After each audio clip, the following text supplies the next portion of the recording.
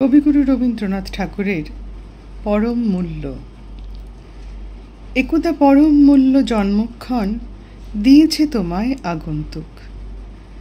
রূপের দুর্লভ সত্তা লোভিয়া বসেছ সূর্য নক্ষত্রের সাথে।